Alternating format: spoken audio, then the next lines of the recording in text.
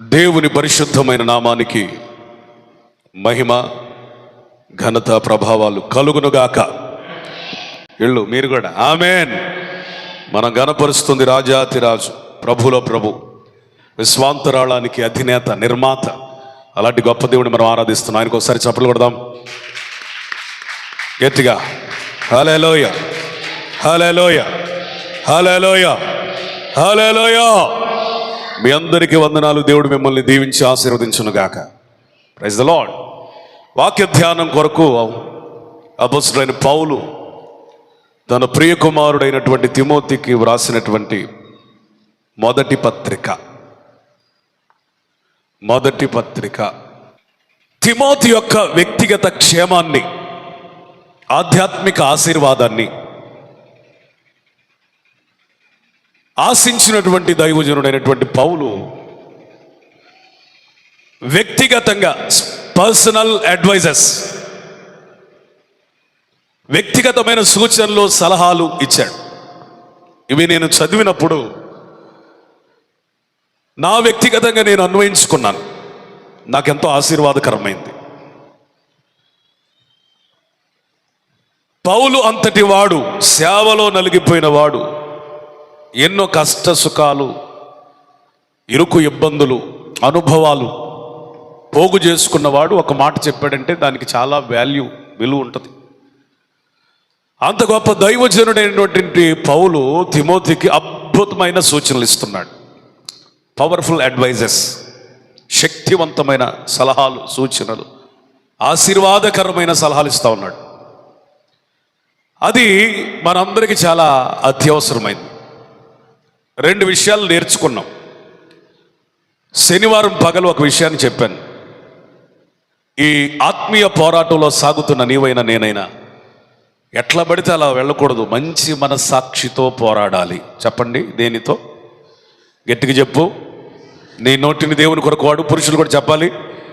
మంచి good conscience అని ఉంది ఇంగ్లీష్లో. మంచి మనస్సాక్షి. గత రాత్రి మరొక సలహా చెప్పాడు ఆయన. అయ్యా, మనము సంపూర్ణమైన భక్తియు మాన్యతయు కలిగి సుఖముగాను నెమ్మదిగాను బ్రతుకు నిమిత్తం మనుషులందరి కొరకు, రాజుల కొరకు, అధికారుల కొరకు ప్రార్థనలను, విజ్ఞాపనలను, యాచనలను, కృతజ్ఞతాస్తుతులను చెల్లించాలి. ఇది దేవుని దృష్టికి అనుకూలము, ఇది మంచిది అని చెప్పబడింది. రెండు విషయాలు మనం నేర్చుకున్నాం. ఈ పూట మరొక విషయాన్ని మనం నేర్చుకుందాం. అదే పత్రిక 3వ అధ్యాయం 14, 15 వచనాలు చదవగా విందాం. శీఘ్రముగా నీ యొద్దకు వత్తునని నిరీక్షించుచున్నాను. అయినను నేను ఆలస్యం చేసిన ఎడల దేవుని మందిరములో, అనగా జీవము గల దేవుని సంఘములో జనులు ఎలాగ ప్రవర్తింపవలెనో అది నీకు తెలియవలెనని ఈ సంగతులను నీకు రాయిచున్నాను. అపోస్తలుడైన పౌలు తిమోతికి చెప్తున్న మాట, 3వ సూచన, ద థర్డ్ అడ్వైస్. తిమోతి, నేను త్వరగా వస్తాను. శీఘ్రంగా రావటం అంటే త్వరగా వస్తాను. ఒకవేళ ఆలస్యం అయితే నువ్వేం చేయాలి? అలా ఉండాలి అని ఏమంటాడంటే, దేవుని మందిరములో, అనగా జీవము కలిగిన దేవుని సంఘములో జనులు ఎలాగూ ప్రవర్తించవలెనో నీకు తెలియను అంటే సున్నితంగా హెచ్చరించాడు. సలహా, సున్నితమైన హెచ్చరికతో కూడిన సలహా. దేవుని మందిరంలో, అనగా జీవము కలిగిన దేవుని సంఘములో జనులు ఎలాగూ ప్రవర్తించవలెనో నీకు తెలుసు. అంటే అర్థం ఏంటంటే, నీకు తెలుసు కదా, అలాగ క్రమపరచు. జాగ్రత్త, నీకు అప్పగించబడిన సంఘాన్ని ఎట్టబడితే అట్లా నడిపించవాకు. జీవము కలిగిన దేవుని సంఘములో జనులు ఎలాగ ప్రవర్తించాలో వాళ్ళకి నేర్పించు. నేను నీకు ఏమేమి నేర్పించాను అవన్నీ నేర్పించు. సంఘాన్ని క్రమపరచు. ఇది వ్యక్తిగతమైన సలహా అన్నారు కదా పాస్టర్ గారు. మరి సంఘం అంతటిని ఉద్దేశించి చెప్పింది కదా. సరే, దానికోసం ఒక క్లారిఫికేషన్ ఏంటంటే, ఆ ఫుట్ నోట్లో వ్రాయబడిన మాట చూడండి. జనులేలాగు అనే మాట క్రింద ఏం వ్రాయబడింది? చదువయ్యా. నీవేలాగు జనులు మాత్రమే కాదు, బ్రాకెట్లో ఆయన రాసేటప్పుడు నువ్వు కూడా. సంఘము మాత్రమే కాదు, నీవు కూడా సంఘములో ఎలా ప్రవర్తించాలో జాగ్రత్త జాగ్రత్త జాగ్రత్త. ఈ పగటి వేళ చాలా శ్రేష్టమైన సందేశం, మనందరికి అవసరమైన సందేశం. దేవుని మందిరంలో అనగా జీవము కలిగిన దేవుని సంఘములో, ఇది ఎలాంటి సంఘమో తెలుసా?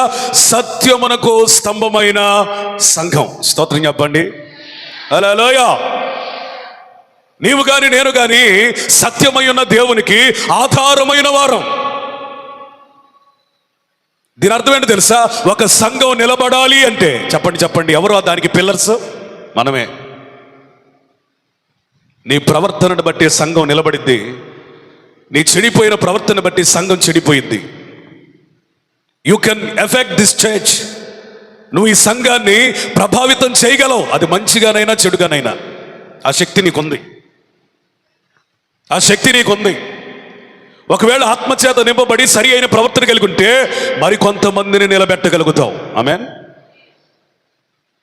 నువ్వు భక్తిహీనం అయిపోయి చెడిపోయి పడిపోయి నీ మాదిరే సరిగ్గా లేకుండా సాక్ష్యం చెడిపోయింటే కొంతమందిని నువ్వు లోకానికి లాగుతావు. అందుకనే చూడండి, కూసేగాడిద మేసేగాడిదని చెడగొట్టినట్టుగా భక్తి చేసే వాళ్ళని దిగజారిపోయిన వాళ్ళు చెడగొడుతున్న రోజులు ఇవి. దేవుని సంఘానికి వస్తున్న వాళ్ళు భయము భక్తి వణుకుతో భక్తి చేయాలా? ఇది దేవుని సంఘం, ఇది దేవుని మందిరం, దైవజనుడు, దేవుని వాక్యం, పరిశుద్ధ స్థలం, దేవుడు, ఆరాధన, ప్రతిదీ భయం ఉండాల.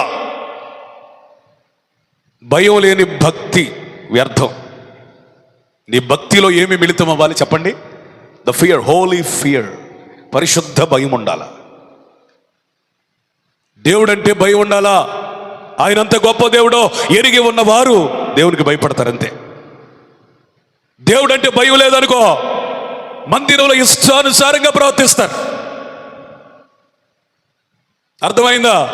ఇది నీ ఇల్లు కాదు, నా ఇల్లు కాదు. చెప్పండి, దేవుని ఇల్లు. It's the house of God. స్తోత్రం చెప్పండి. ఒక ఉన్నతమైన అధికారి ఇంట్లోకి వెళ్ళామనుకోండి, నీ ఇంట్లో కూర్చున్నట్టుగా చైర్ మీద 2 కాళ్ళు మడుచుకొని కూర్చో, చక్కగా నిటారుగా కాళ్ళు ఊపేవాడు కూడా ఆపి చెప్పు, చాలా జాగ్రత్త కూర్చుంటావు ఒక అధికారి ముందు. ఎందుకంటే అది నీ ఇల్లు కాదు, నీ ఎదుటిన్నవాడు అధికారి. ఎట్ట పడితే అటు చూడవు, ఎట్ట పడితే అలా మాట్లాడో. ఎందుకంటే ప్రతి దానికి నీకు అనిపిస్తుంది, నేను ఎవరి ఎదుట ఉన్నానో ఒక అధికారి ఎదుట ఉన్నాను, ఎవరింట్లో ఉన్నానో ఒక అధికారి ఇంట్లో ఉన్నాను. ఒక అధికారి ఇంటికి వెళితేనే ఇలాంటి భయం మనల్ని ఆవరిస్తుంది. కొంతమంది సంఘానికి 2-3 గుండెలు ఓడ తీసుకొని వస్తారు, పెద్దోళ్ళు కూడా, కుర్రోళ్ళు పెద్దోళ్ళు అందరూ. అదే అధికారి దగ్గరికి వెళ్ళి తడుముకొని మరి గుండెలు పెట్టుకుంటారు. అంటే దేవుడు అంటే భయం లేదు, కానీ అధికారులు అంటే భయం. ఇదే చెప్తున్నాడు, మనం ఉన్నది జీవము కలిగిన దేవుని సంఘంలో. Each and everything is calculated in the sight of God. దేవుడు ప్రతిదీ లెక్కిస్తాడు, దాన్ని బట్టి నేను ఆశీర్వదిస్తాడు. ఎలా పడితే అలా ఉండడానికి కాదు, ఎలా పడితే అలా జీవించడానికి కాదు. మనం సంఘానికి వచ్చేది, బాప్తిసం తీసుకున్నానండి, నీళ్లలో మునిగానండి, వాక్కు విన్నానండి, కానుకేసి వచ్చానండి అంటే నీ కానుక ఎవరికి కావాలి? నువ్వు మందిరానికి రావటం ఎవరికి కావాలి? నీకు కావాల్సింది ఏంటయ్యా అంటే జీవము కలిగిన దేవుని మందిరంలో ఎలా ప్రవర్తించాలో ఎరిగి ఉండాలి. నీ ప్రవర్తన సరిగ్గా లేకుండా ఎన్ని ఆదివారాలు వచ్చినా నీకు ఆశీర్వాదం లేదు. నీ ప్రవర్తన సరిగ్గా లేకుండా ఎంత కానుక వేసినా నీకు ఆశీర్వాదం లేదు. నీ ప్రవర్తన సరిగ్గా లేకుండా నువ్వు దీర్ఘ ప్రార్థనలు చేసినా నీకు ఆశీర్వాదం రాదు. వినండి, you need good behaviour in the house of God. దేవుని ఇంటిలో మంచి సత్ప్రవర్తన కలిగి ఉండాల. సత్ప్రవర్తన లేని వారిని దీవించడం. దేవుడు కోరుకునేది, ఇష్టపడేది ఏంటంటే క్రమం. దేవునికి స్తోత్రం చెప్పండి. Praise the lord. క్రమాన్ని ఇష్టపడుతున్నాడు ఆయన. క్రమానికి రావాలా, క్రమంగా ఉండాలా, క్రమమైన వస్త్రాలు వేసుకోవాలి, మందిరంలో క్రమముగా మాట్లాడాలి, మంచిగా ఆరాధించాలి. మన ప్రవర్తన అంతా ఎవరు చూస్తున్నారు? దేవుడు చూస్తున్నాడని ఒక దర్శనంతో ఇక్కడికి వస్తే దేవుడు నిన్ను ఆశీర్వదిస్తాడు. నన్ను ఎవరు చూడలేదులే, నేను ఎవరిని చూసినా పర్వాలేదులే, నన్ను ఎవరు చూడలేదులే, నేను ఎట్ట మాట్లాడినా పర్వాలేదులే, నన్ను ఎవరు చూడటం లేదులే, నేను ఎలాంటి వస్త్రాలు వేసుకొచ్చినా పర్వాలేదులే, నన్ను అడిగే దేవుడట అని అనుకుంటే నీకు వచ్చే ఆశీర్వాదాలను కోల్పోతావు. దైవజనుడిని మరి సంఘాన్ని రెండిటిని హెచ్చరిస్తున్నాడు పౌలు. తిమోతే, జీవము కలిగిన దేవుని మందిరములో అనగా దేవుని సంఘములో ఎలా ప్రవర్తించాలో తెలుసు కదా, తెలుసు కదా. అంటే అర్థం ఏంటి? తప్పిపోతామేమో జాగ్రత్త, తప్పిపోతామేమో జాగ్రత్త. ఇప్పుడు చాలా కీలకమైన సందేశం ఇది. దేవుని మందిరావరణానికి వస్తున్న నీవైనా నేనైనా ఎలా బ్రతుకుతున్నాం, ఎలా జీవిస్తున్నాం, ఎలా చూస్తున్నాం, ఎలా వ్యవహరిస్తున్నాం, ఎలా మాట్లాడుతున్నాం, ఎలాంటి దుస్తులు ధరిస్తున్నాం, ఎలా జీవిస్తున్నాం, మన భక్తి ఎలా ఉంది అడుగుతాడు ఒక దినం మన దేవుడు.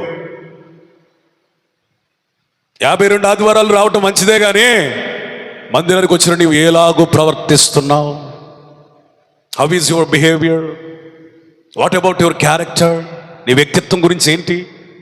నీ ప్రవర్తన గురించి ఏంటి? ఆలోచన చేసావా?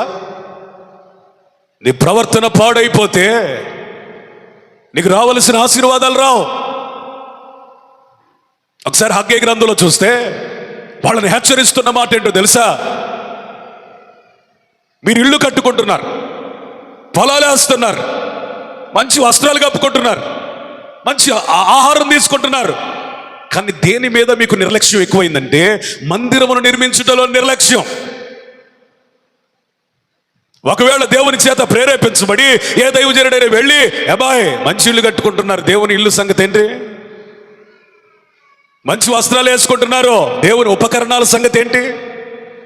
మంచి ఉద్యోగాలు చేసుకుంటున్నారు, మరి దేవుని ఆశీర్వాదం గురించి, దేవుని సంఘంలో ఆశీర్వాదం గురించి ఏంటి ఆలోచన చేశారా? అంటే వాళ్ళందరూ మూకుమ్మడిగా ఇస్తున్న ఒక సమాధానం ఏంటంటే దేవుని మందిరము కట్టుటకు ఇంకా సమయం రాలేదు, టైం ఉందలేపో అంటున్నారు.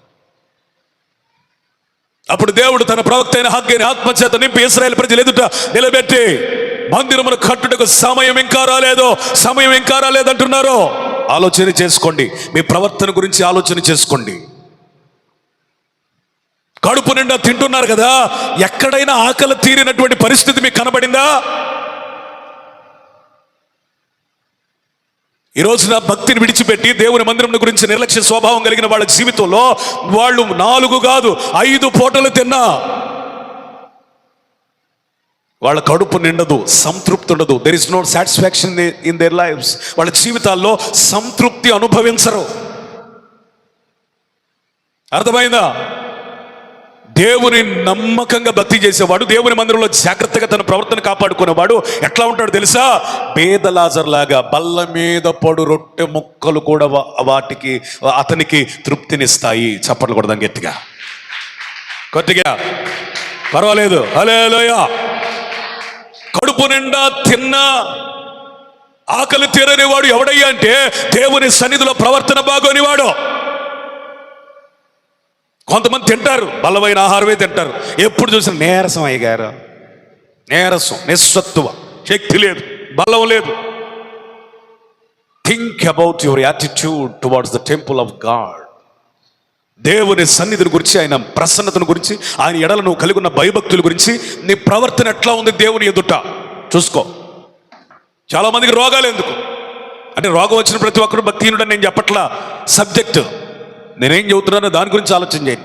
చాలా మందికి రోగాలు ఎందుకో తెలుసా? మానసిక ప్రశాంతత ఎందుకు లేదో తెలుసా? సంతృప్తి కలిగిన జీవితం వాళ్ళకి ఎందుకు లేదో తెలుసా? వాళ్ళ జీవితాలలో దేవుని ఎడల వాళ్ళ ప్రవర్తన సరిగా లేదు. ఇంకా చెప్తాడు, ఏమయ్యా మీరు మంచి మంచి ఉద్యోగాలు చేస్తున్నాడు, నెల ఆఖరికి రూపాయన్నా మిగులుతుందా మీకు అంటే వ్యవహారిక భాషలో మాట్లాడుతున్నా. మీ సంపాదనలో ఏదైనా మిగులుతుందా? చిల్లు సంచిలో వేయబడినటువంటి పరిస్థితుల్లో రూపాయి కూడా మిగలకుండా అంతా కూడా వ్యర్థమైపోతుంది కదా. ఎందుకో తెలుసా? కొంతమంది నెల జీతం రాగానే పరిస్థితి ఏంటంటే అప్పులు, వడ్డీలు, హాస్పిటల్స్, అవి ఇవి వ్యర్థమైన ఖర్చులు. తీరా చూస్తే నెలాఖరికి 30-31 తారీఖు వచ్చేసరికి ఏమీ ఉండదు. నేను ఎవరిని విమర్శించడం లేదు, ఎవరిని తోలనాడటం లేదు. నేను ఖచ్చితంగా దేవుని వాక్యాన్ని మాట్లాడుతున్నాను. హగ్గీ గ్రంథంలో వ్రాయబడిన మాట ఏంటంటే, మీరు సంపాదిస్తున్నారు కానీ రూపాయి మిగలట్లేదు. ఎందుకో? దేవుని సన్నిధిలో ఎలా ప్రవర్తించాలో తెలియనోడికి రూపాయి మిగలదు. ఆ కష్టార్జితం నిలవదు. 128వ కీర్తనలో వ్రాయబడిన మాట ఏంటో తెలుసా? యెహోవా చేత ఆశీర్వదించబడిన వాడు ఇట్లా ఉంటాడు, అతడు కష్టార్జితమును అనుభవిస్తాడు. స్తోత్రం చెప్పాలి. Praise the lord. ఒక మాట చెప్పురా, నువ్వు రేయి పగలు చాకరీ చేసిన రూపాయి మిగలదు, నేను రాసిస్తా. నువ్వు ఓవర్ డ్యూటీలు చేసిన, ఓటీలు చేసిన ఆశీర్వాదం రాదు. It's biblical. నీతితో కూడిన కొంచెమైనా అది వృద్ధిలోనికి వస్తుంది. స్తోత్రం చెప్పాలా. Praise the lord. ఒకరి ఆశీర్వాదం అట, మనుష్యుని ఆశీర్వాదం, నరుని ఆశీర్వాదం అతని కష్టం మీద, అతని జ్ఞానం మీద, అతని ప్రయాస మీద ఆధారపడి లేదట. యెహోవా ఆశీర్వదిస్తే అది అన్నటిగా ఆశీర్వదించబడింది. స్తోత్రం చెప్పగలుగుతారా? Praise the lord. ఈ పగటి వేళ నీకు రావాల్సిన భయం ఏంటో తెలుసా? దేవుని ఆశీర్వాదం లేకుండా, దేవుడు దీవించకుండా ఒక వ్యక్తి ఎంత కష్టపడినా, అతనికి లక్షల రూపాయల జీతము వచ్చినా నిలవదు, నిలవదు, నిలవదు. నువ్వు గనక దేవుని యందు భయభక్తులు కలిగి దేవుని సన్నిధిలో నీ ప్రవర్తన కాపాడుకుంటే అది 10,000 జీతమైన నిలబడింది. స్తోత్రం. Praise the lord. తక్కువ జీతమైన నిలబడింది. అదే అంటున్నాడు హగ్గయి, ఆత్మచేత నింపబడి, దైవవేషంతో నింపబడి ప్రజలతో ఏం మాట్లాడుతున్నాడంటే, ఏమయ్యా మీరు వస్త్రాలు కప్పుకుంటున్నారు, చలి ఆగుతుందా? ఎక్కడైనా చలి ఆగుతుందా? కోరిన వస్త్రం వేసుకుంటున్నారు, అబ్బా ఎంత బాగుంది అని మురిసిపోతున్నారు, కానీ హృదయంలో నెమ్మదుందా? వస్త్రం దేహానికి అలంకరణగా ఉండొచ్చు, కానీ హృదయానికి నెమ్మదిగా ఉండలేదు. నువ్వు వేసుకున్న వస్త్రం కూడా నీకు తృప్తిని ఇవ్వాలి అంటే దేవుని కృప ఉండాలా. స్తోత్రం చెప్పండి. Praise the lord. హల్లెలూయా. నువ్వు వేసుకున్న వస్త్రము నీకు సంతృప్తిని, సంతోషాన్ని, ఆనందాన్ని, అందాన్ని కూడా ఇవ్వాలి అంటే చెప్పండి, దేవుని కృప ఉండాలా. దేవుని కృప లేకుండా నీ ఇంటి నిండా వస్త్రాలు ఉన్నా చెప్పండి, నీ ముఖంలో విచారం ఉంటే నువ్వు కట్టుకున్న చీరే ఏడ్చింది. ఎందుకమ్మా నువ్వు ఎంత ఏడుతో ఈ చీర కట్టుకున్నావు? ఏడుపు మొహం వేసుకుని నన్ను కట్టుకోకపోతే ఏమైందని చీర ఎగతాళి చేస్తుంది. నీ వస్త్రం నిన్ను ఎగతాళి చేస్తుంది. మంచి వస్త్రాలు కాదు, మంచి ప్రవర్తన కావాలి. స్తోత్రం. హల్లెలూయా. Praise the lord. వింటున్నారా? డాక్టర్ బిఆర్ అంబేద్కర్ అన్నాడు, చినిగిపోయిన చొక్కా అయినా వేసుకో, ఒక మంచి పుస్తకం కొనుక్కో అన్నాడు. అట్లాగే దేవుని వాక్యం సెలవిస్తుంది, నువ్వు దరిద్రుడు అయినా, కడు భేదమైనా, వేసుకోవడానికి వస్త్రం లేకపోయినా సాటిస్ఫాక్షన్ ఉండాలి, సంతుష్టి సహితమైన భక్తి ఉండాలి. అది ఎవరికి వచ్చింది? కేవలం దేవుని సన్నిధిలో వణుకుతో, భయముతో తమ ప్రవర్తనను కాపాడుకుంటే, నువ్వు వేసుకున్న వస్త్రం విలువ తక్కువైనా నీ విలువ మాత్రం ఎక్కువగానే ఉంటుంది. దేవునికి స్తోత్రం చెప్పాలి. Praise the lord. తింటున్నారు, ఆకలి తీరటం లేదు, సంపాదిస్తున్నారు, రూపాయి మిగలటం లేదు, వస్త్రం ధరిస్తున్నారు, మీకు ఎక్కడా కూడా చలి ఆగటం లేదు. కారణం ఏంటయ్యా అంటే మీ ప్రవర్తన బాగోలేదు. నా ప్రియమైన సహోదరి సహోదరులారా, దేవుని మందిరములో ఎవరి ప్రవర్తన అయితే సరిగ్గా ఉంటుందో వారు పట్టెడు అన్నం తిన్నా సంతోషంగా, ఆరోగ్యంగా బ్రతకగలుగుతారు. స్తోత్రం. తక్కువ విలువ కలిగిన వస్త్రాలు వేసుకున్న దైవత్వం వాళ్ళ జీవితాల్లో ఉట్టి పడుతుంది. తక్కువ చేతానిగా పనిచేసిన, ఓవర్ డ్యూటీలు చేయకపోయినా ఆ డబ్బు నిలబడితే. హల్లెలూయా, హల్లెలూయా. నీ ప్రవర్తన బాగు చేసుకో, నీ ప్రవర్తన సరి చేసుకో. ప్రవర్తన సరి చేసుకోకుండా ఆశీర్వాదం రాదు. అందుకని ఆయన అంటాడు, ఇప్పటికైనా మీ ప్రవర్తన గురించి ఆలోచించుకొని పర్వతములెక్కి మ్రానులను నరికి దేవుని మందిరమును కట్టడం ప్రారంభించండి. స్తోత్రం చెప్పండి. Praise the lord. ఇప్పుడు వరకు దేవుని కొరకు కష్టపడాల, సంఘానికి వస్తున్నావు, పోతున్నావు, దేవుని మందిరంతో నీకు సంబంధం లేదు, పరిచర్యతో సంబంధం లేదు, దేవుని కొరకు ఇచ్చే ఆ దాతృత్వం లేదు, వైరాగ్యం లేదు. ఇలాంటి పరిస్థితులలో ఇంతవరకు నువ్వు ఆశీర్వదించబడలేదు. నువ్వు ఎంత చేస్తున్నా ఫలము కనబడలేదు, ఫలితం కనబడలేదు. ఇప్పుడు నేను చెప్పింది చెయ్యండి, దేవుడు మిమ్మల్ని ఆశీర్వదిస్తాడని హగ్గై మాట్లాడుతున్నాడు. పంటలు పండిస్తున్నారు, కానీ ఏం పండట్లేదు కదా, ఎందుకు? ఆ మాటలు కాదు ఇవి, అగే మాటలు. విస్తారమైన పంట వేస్తున్నారు, ఎంత వస్తుంది ఇంటికి? పెట్టుబడి కూడా రావట్లేదే. ఎందుకు ఇలా జరుగుతుంది? ఒక మాట చెప్తా వినండి. భూమి, దాని పరిపూర్ణత మన దేవునిలోనే ఉన్నాయి. స్తోత్రం చెప్పండి. ఇస్సాకు నిమిత్తం సారము లేని భూమిని కూడా, కరువు భూమిని కూడా సారవంతంగా మార్చి 100 ఫలమును దయచేసిన దేవుడు నీ భూమిని ఆశీర్వదించలేడా? దాన్ని సామర్థ్యముగా, సత్తువగా, సారవంతంగా చేయలేడా? ప్రవర్తన బాగున్నవాడు ఎడారిలో ఉన్న, అరణ్యంలో ఉన్న, కరువులో ఉన్న ఫలిస్తాడు. స్తోత్రం. Praise the lord. అవునండి, ప్రవర్తన సరిగ్గా ఉంటే, భక్తి సరిగ్గా చేస్తే, దేవునికి యథార్థంగా బ్రతికితే, చేయాల్సిందంతా దేవుని కొరకు చేయగలిగితే, ఆ చుట్టూ కరువేనట. ఆ దేశంలో 100 ఎకరాలు పండించారు అందరు కలిసి, ఒక్క బస్తా కూడా ఇంటికి రాలేదు. కానీ అదే గెరారు దేశంలో, అదే కరువు ప్రాంతంలో ఇస్సాకు ఫలం వేస్తారట 100 30 కాదు, 60 కాదు, 100. స్తోత్రం చెప్పాలా? నేను ప్రకటిస్తున్న దేవుడు ఎవరో తెలుసా? నీ ప్రవర్తన నిమిత్తం నిన్ను ఆశీర్వదించగలిగిన దేవుడు. నీ బుద్ధి మారితే నువ్వు వృద్ధిలోకి వస్తావు. హోషేయ గ్రంథం చెప్పే సారాంశం అది. నీ బుద్ధి మారితే, నీ మనస్సు మారితే నువ్వు వృద్ధిలోకి వస్తావు. నీ ప్రవర్తన మార్చుకోకుండా, నీ జీవితాన్ని మార్చుకోకుండా, నీ విధానాన్ని మార్చుకోకుండా, దేవునితో తెగిపోయిన అనుబంధాన్ని తిరిగి అనుసంధానం చేయకుండా, ఆయనకి సమీపించకుండా నువ్వు ఉద్యోగం చేసినా, వ్యాపారం చేసినా, ఎక్కడికి పరుగులు తీసినా నీకు ఆశీర్వాదం రానిరాదు. ఇస్సాకు గారు ఎంత కరువులో కూడా ఎంత పంట ఎలా పండించారంటే, ఏమోనయ్యా నాకు తెలియదు, కానీ నాకు తెలిసింది ఒకటే, ఈ కరువు దేశంలో, ఈ కరువు భూమిలో నేను ఎక్కడైతే పంట వేశానో ఆ పొలములో నేను ప్రతి దినము నా దేవుణ్ణి ధ్యానించాను. చప్పట్లు కొడతారా? హల్లెలూయా.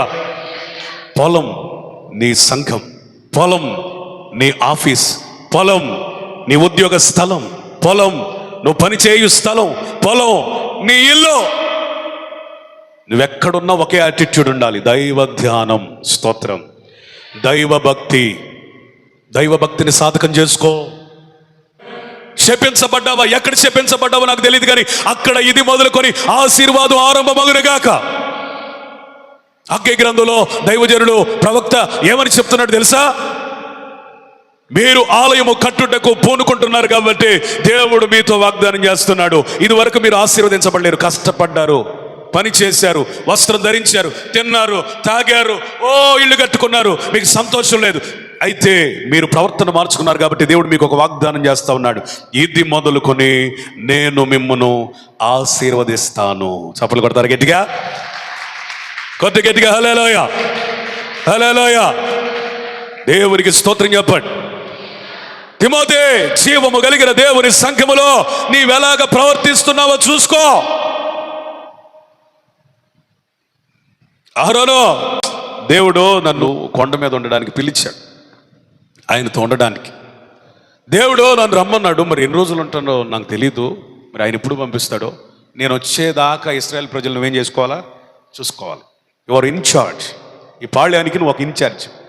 ఇక నా తర్వాత నేను నా స్థానంలో నువ్వు ఉన్నావు. వాళ్ళు తప్పు చేస్తే ఖండించు, అవసరతలో ఉంటే ప్రార్థించు అని అన్ని జాగ్రత్తలు చెప్పి వెళ్ళాడు సీనాయి పర్వతం మీద.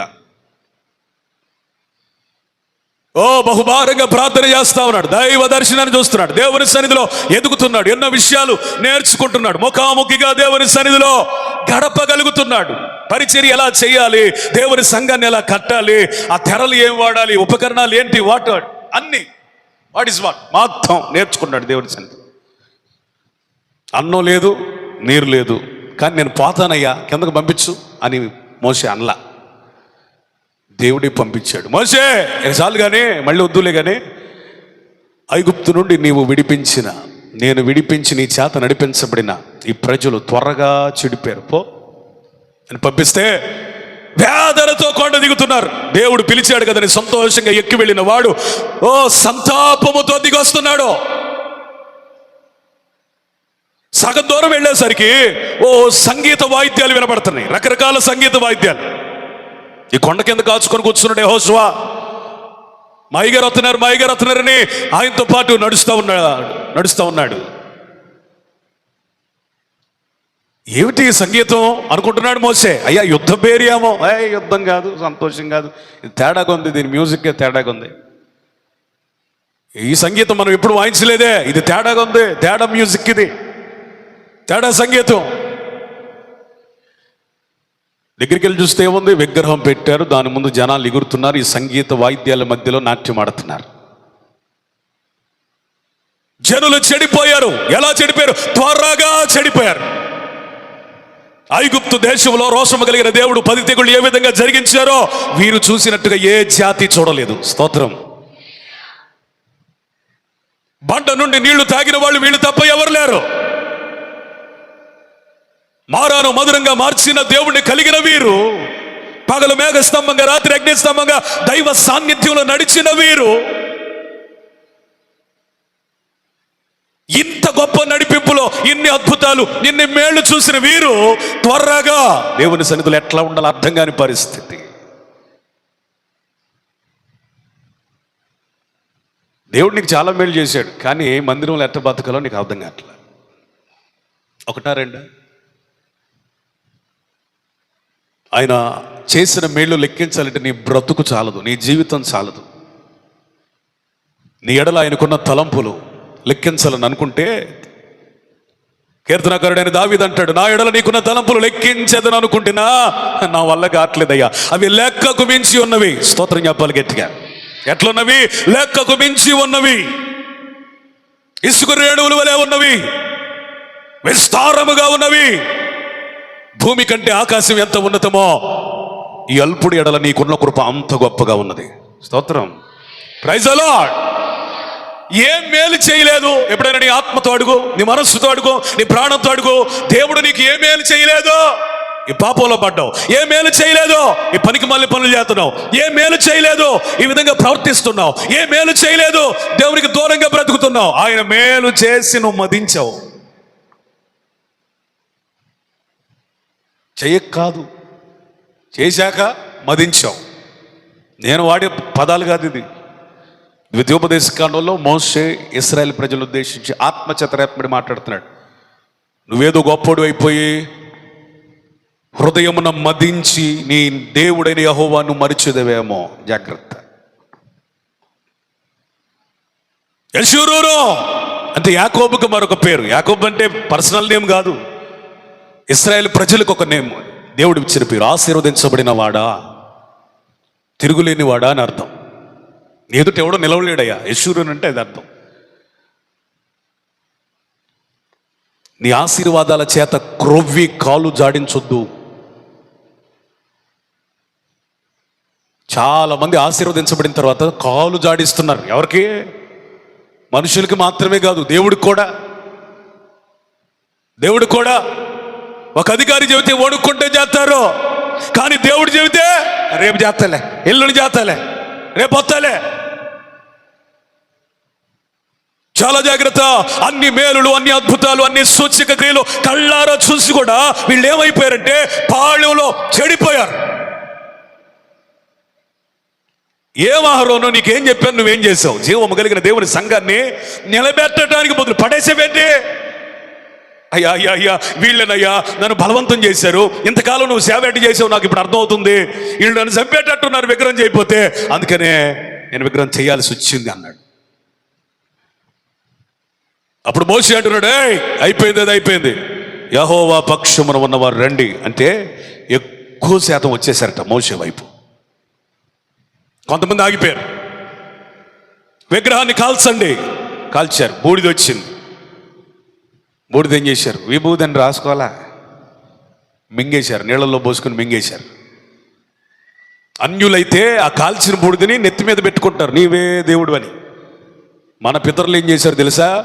మింగేశారు. ఎవడరా దేవుడు? నా దేవుడు తప్ప అని. చప్పుడు కొట్టండి గట్టిగా, కొట్టు గట్టిగా. హల్లెలూయా. నీవెవరివో తెలుసా? ఏ విగ్రహమునైనా మింగగలిగిన వాడివి, ఏ దేవుడినైనా మరుగు చేయగలిగిన వాడివి. అంత అభిషేకం, అంత ఏర్పాటు నీకుంది. అర్థమైందా? దేవుని మందిరానికి వస్తున్న నీకు విగ్రహంతో ఏం పని? ఇతర దేవతలతో ఏం పని? విగ్రహారాధనతో ఏం పని? నీవే ఆయన మందిరం కదా, నీతో ఆయన ఉంటాడు కదా, నీలో ఆయన సంచరిస్తాడు కదా, నీకు ఆయన దేవుడుగా ఉంటాడు కదా, నీవు ఆయన ప్రజగా ఉంటావు కదా. ఇది దేవుని వాగ్దానం కదా. కొరింథీ పత్రికలో పౌలు చెప్తున్నాడు మనకి. జీవము కలిగిన దేవుని మందిరంలో విగ్రహాలు తేవద్దు. విగ్రహంతో మనకి పొంతిక లేదు. యాకోబుకు దర్శనమిచ్చి దేవుడు మాట్లాడుతున్నాడు ఆదికాండం 35వ అధ్యాయంలో. జగబ్ గెడప్ లే, నువ్వెక్కడైతే నీ యొక్క నూనెతో అభిషేకించావో రాయిని నిలబెట్టి ఆ బేతేలుకు తిరిగిపా. నేనెవరినో తెలుసా? కష్టకాలంలో ఆదుకున్నవాడిని, నీకు వస్త్రం ఇచ్చిన వాడిని, తిండి ఇచ్చినోడిని, ఎంతవరకు తోడుని నడిపించానే, వాగ్దానం చేశానే ఆ బేతేలు దేవుడిని. I'm the God of Bethel. స్తోత్రం చెప్పాలా? గట్టిగా చెప్పాలా? ప్రాణ భయంతో ప్రాణాన్ని అరచేతులు పెట్టుకుని నీ తండ్రిని వచ్చి చీకటైపోయింది, సాగలేకపోతున్నప్పుడు నేను దర్శించానే ఆ దేవుణ్ణి, నీకు అభయం ఇచ్చానే ఆ దేవుణ్ణి, నీకు వాగ్దానాలు చేశానే ఆ దేవుణ్ణి, నిన్ను దర్శించి అభయమిచ్చి వాగ్దానం చేసి ఎంతవరకు ఈ 20 సంవత్సరాల ఆ వాగ్దానములన్నీ నీ విషయంలో సంపూర్ణంగా చేసిన దేవుని నేను. స్తోత్రం చెప్పండి. ఇక నువ్వు బేతేలులో ఎక్కడ ఉండడం కాదు, తిరిగి బేతేలు వెళ్ళాలి. స్తోత్రం చెప్పండి. ఏల్ అంటే దేవుడు, బేత్ అంటే ఇల్లు, దేవుని ఇల్లు. నా ఇంటికి రా, కమ్ టు మై హౌస్. సొంత తండ్రి ఇల్లు అతనికి ఆశ్రయం కాలేకపోయింది.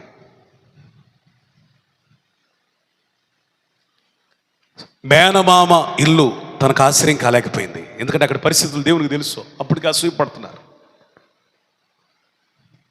తండ్రి ఆశ్రయం కాలేకపోయాడు, మామ ఆశ్రయం కాలేకపోయాడు. అలాంటి పరిస్థితుల్లో నీకు నీ ఇల్లు లేకపోయినా పర్వాలేదు, మీ మామ నీకు ఆశ్రయం పర్లేదు, నేను తరతరములకు నీకు క్షేమాధారాన్ని, స్తోత్రం, నివాస స్థలాన్ని, హల్లెలూయా, నిన్ను పోషించేవాడిని, స్తోత్రం, అద్భుతాలు చేసి ఎంతవరకు నడిపించాను కదా, దా కమ్ టు మై హౌస్, ఆ ఇంటికి రా అంటే. అప్పుడు వాళ్ళ భార్యలతో చెప్పాడు, మాయ్ అందరు సర్దుకోండి, పిల్లల్ని రెడీ చేయండి, శుద్ధీకరించుకోండి, వస్త్రాలు శుచిపరచుకోండి, మిమ్మల్ని శుచిపరచుకొని వస్త్రాలు మార్చుకోండి అంటే వాళ్ళట వారి వస్త్రములు తీసివేశారు, నూతనమైన వస్త్రాలు కట్టుకున్నారు. వారి దగ్గర ఉన్న ఫారిన్ గాడ్స్, విదేశీ దేవుళ్ళని వదిలేశారు. అంటే యాకోబుని భర్తగా చేసుకున్నారు కానీ విగ్రహారాధన పోలా ఇళ్లలో. యాకోబు భర్తే గాని దేవుడు అవలా. విగ్రహాలు కూడా తీసేశారు. అంత మాత్రమే కాదు, వాళ్ళ చెవి పోగులు కూడా తీసేశారు. తీసి వాటన్నిటినీ ఒక వృక్షం దగ్గర తవ్వి పాతి పెట్టారు, అంటే సమాధి చేశారు. స్తోత్రం చెప్పాలి. హల్లెలూయా.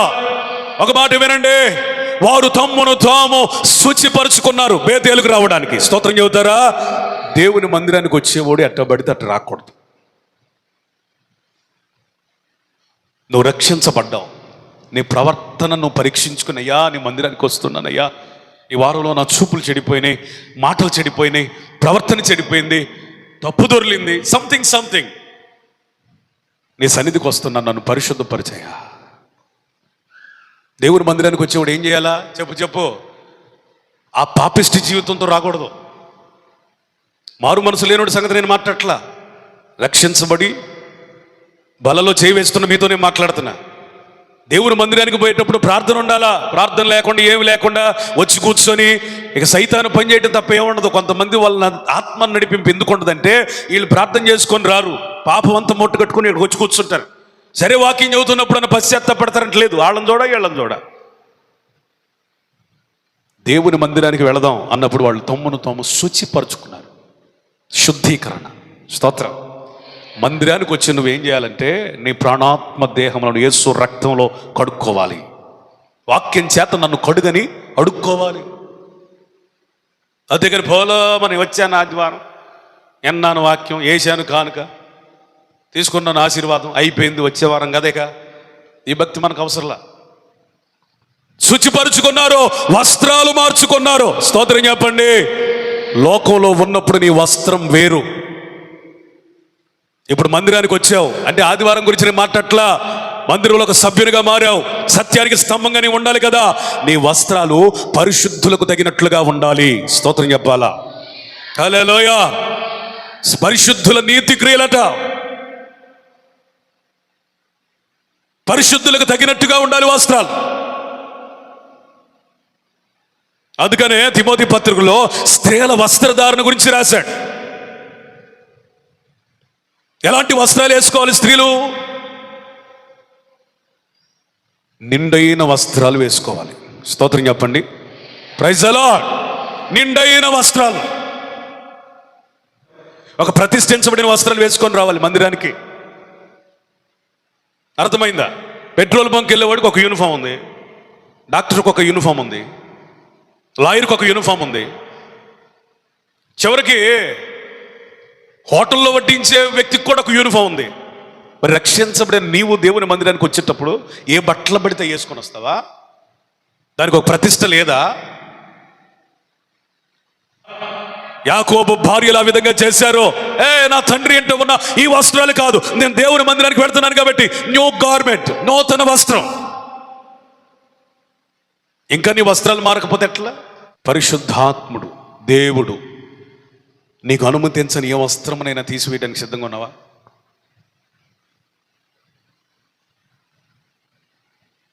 అర్థమైందా? దేవుడిది వద్దు అంటే తీసివేయడానికి సిద్ధంగా ఉన్నావా? ఎస్తేరు హేగే నిర్ణయించిన వస్త్రము తప్ప తన సొంత వస్త్రాలు వేసుకోలేదట. చప్పలు కొట్టండి గట్టిగా. స్తోత్రం చెప్పండి. హల్లెలూయా. నీవు పరిశుద్ధాత్ముడు నిర్ణయించిన వస్త్రాలలో కనబడదుగాక, అట్టి కృప నీకు కలుగునగాక. వాళ్ళు ఏం చేశారు? విగ్రహాలు పాతి పెట్టారు. ఏం పాతి పెట్టారు? విగ్రహాలు పాతి పెట్టకుండా నువ్వు దేవుని సన్నిధికి వచ్చి చేసే భక్తి ఏంటి? కొంతమందికి ఇళ్లల్లో ఉండవు, చెప్పండి, గుండెల్లో ఉంటాయి. వాళ్ళ గుండె ఆ విగ్రహాలకు గుడి. విగ్రహం మీద వ్యామోహం పోదు. యాకోబును ప్రేమించింది, 20 సంవత్సరాలు కాపురం చేసింది, తండ్రిని తల్లిని అన్నదమ్ముల్ని స్వదేశాన్ని విడవడానికి ఇష్టపడింది, అంతా వదులుకోవడానికి ఇష్టపడింది. కానీ లాస్ట్ మూమెంట్లో వెళ్ళిపోయేటప్పుడు పెట్లో ఏం పెట్టింది రాహేలు? గృహదేవతను పెట్టింది. గృహదేవతను పెట్టింది. ఈ లాభాన్ని చూడు, దేవతలందరినీ చెక్ చేసుకుంటున్నారు. నా గృహదేవతలు నా విగ్రహాలను ఉన్నాయా లేవని మొత్తం చెక్ చేసుకుంటే వాడు మిస్ అయింది. గోడారంలోకి వెళ్ళాడు. మా ఇలేయా విగ్రహం తీసావా? నాకు విగ్రహంతో నాకేం పని, మా ఆయన వద్దన్నాడుగా. మా రాహేలో నా విగ్రహం పోయింది, ఇంట్లో తీసావా? లే, మాట్లాడుతుంటే కూర్చుంటావేంటి? తండ్రిని వస్తే, అయ్యా నేను కడగా ఉన్నానయ్యా, నెలసరిలో ఉన్నాను, నేను లెగవలేను. సరే సరే సరే అనుకుంటా వెళ్ళాడు. మొత్తానికి చూస్తే ఎక్కడుంది? ఆ పెట్టెలో ఉంది, గుడారములో పెట్టెలో దాచిపెట్టింది. విగ్రహానికి ఉన్న శక్తి ఏంటో తెలుసా? ఇది భార్యాభర్తల ప్రేమకు మించింది, ఇది ఆస్తి ఐశ్వర్యాలకు మించిన సమస్య ఇది. చివరికి దేశాలైనా వదిలిపెడతారు కానీ విగ్రహాలు వదిలిపెట్టరని మన పితరురాలైన రాహేలు గారి రుజువు చేశారు. భర్త కోసం అందరినీ, అన్నిటినీ, దేశాన్ని వదిలేయడానికి ఇష్టపడిన ఏమే లాస్ట్ మూమెంట్లో విగ్రహంతో పట్టుబడింది. ఏ రకమైన విగ్రహం ఉన్నా నువ్వు దేవుని మందిరంలోకి వచ్చేటప్పుడు సంపూర్ణంగా తీసేసుకొని రావాలి. స్తోత్రం చెప్పండి. వాళ్ళు పాతి పెట్టారు అంటే అర్థం ఏంటి తెలుసా? చంపేశారు వాళ్ళ జీవితంలో.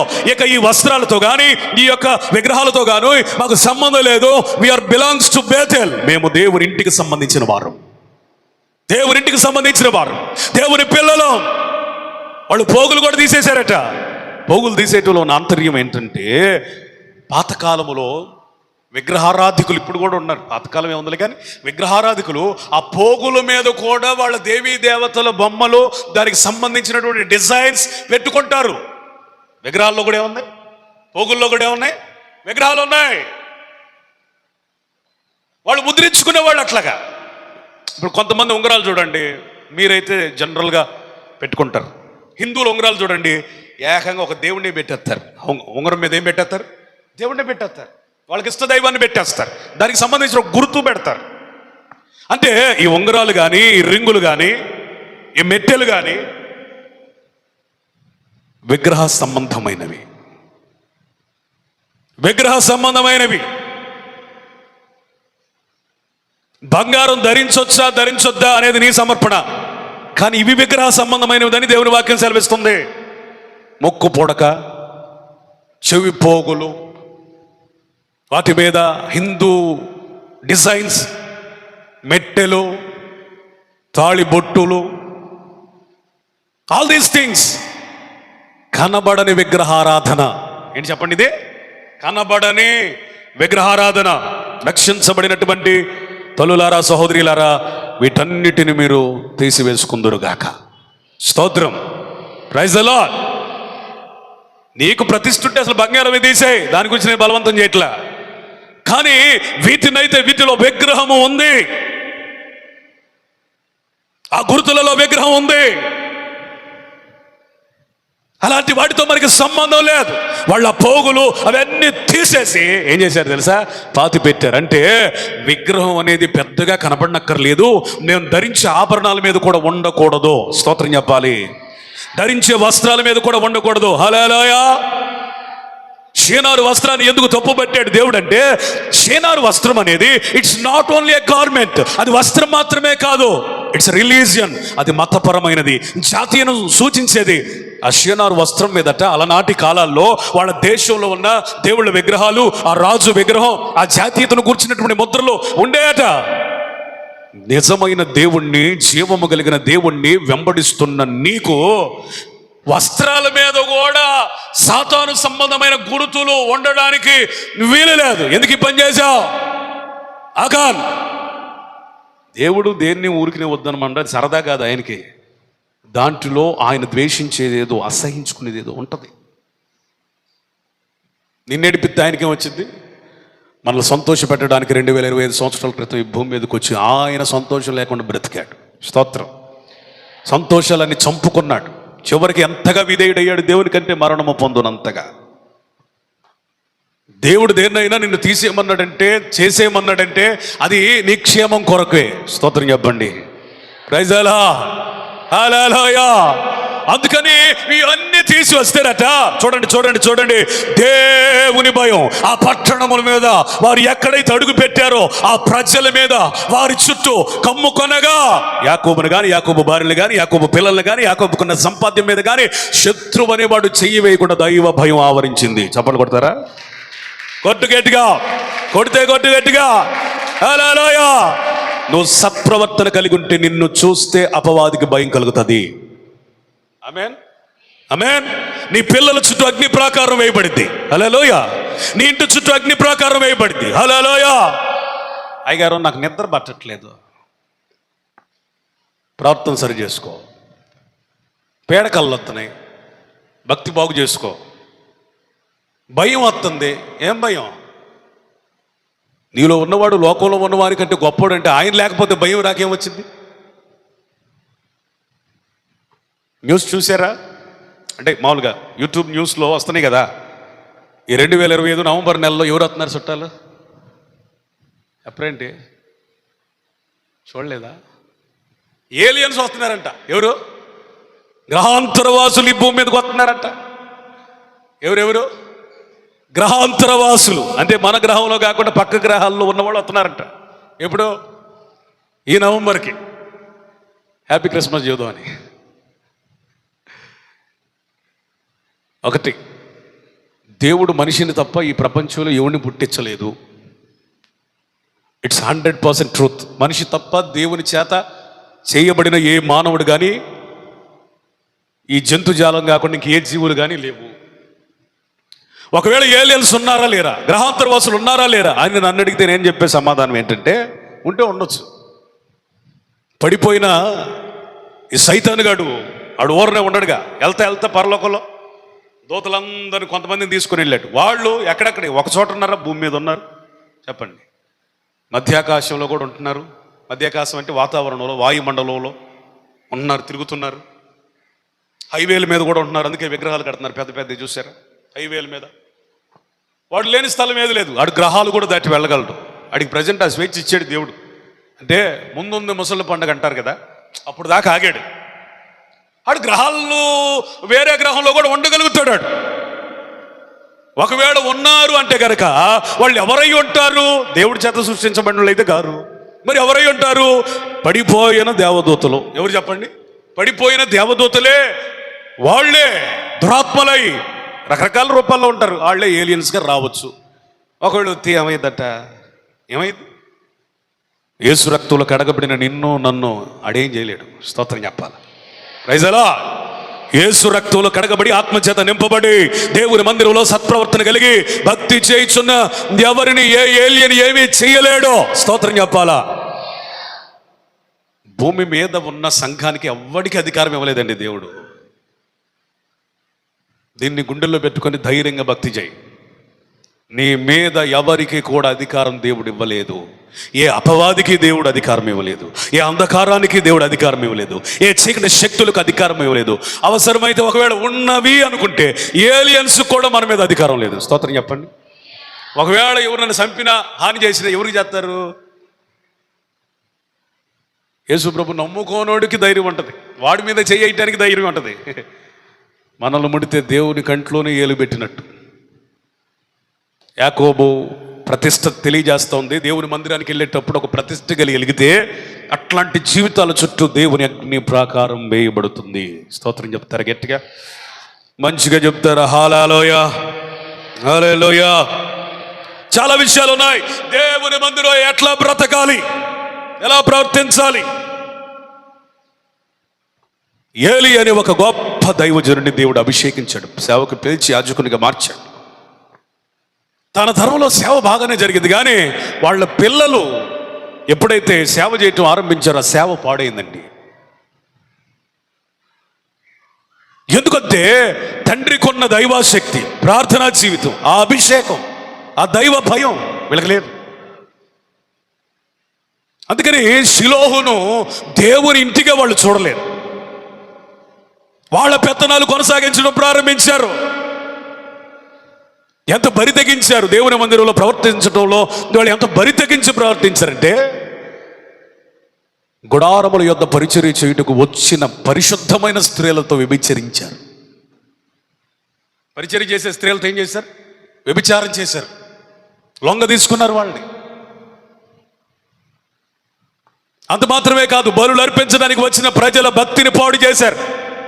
అర్పించే బలి సార్లే, మాంసం తీసురా, ఆ మొక్క నాదే, ఈ మొక్క నాది, పాత్ర నాదే అని ముందుగానే వాళ్ళు వంతులు పెట్టుకొని మాంసాన్ని బలిగాక ముందే తీసుకొని వెళ్ళి వండుకున్న దుర్మార్గులు, తిండిబోతులు, బలాత్కారులు.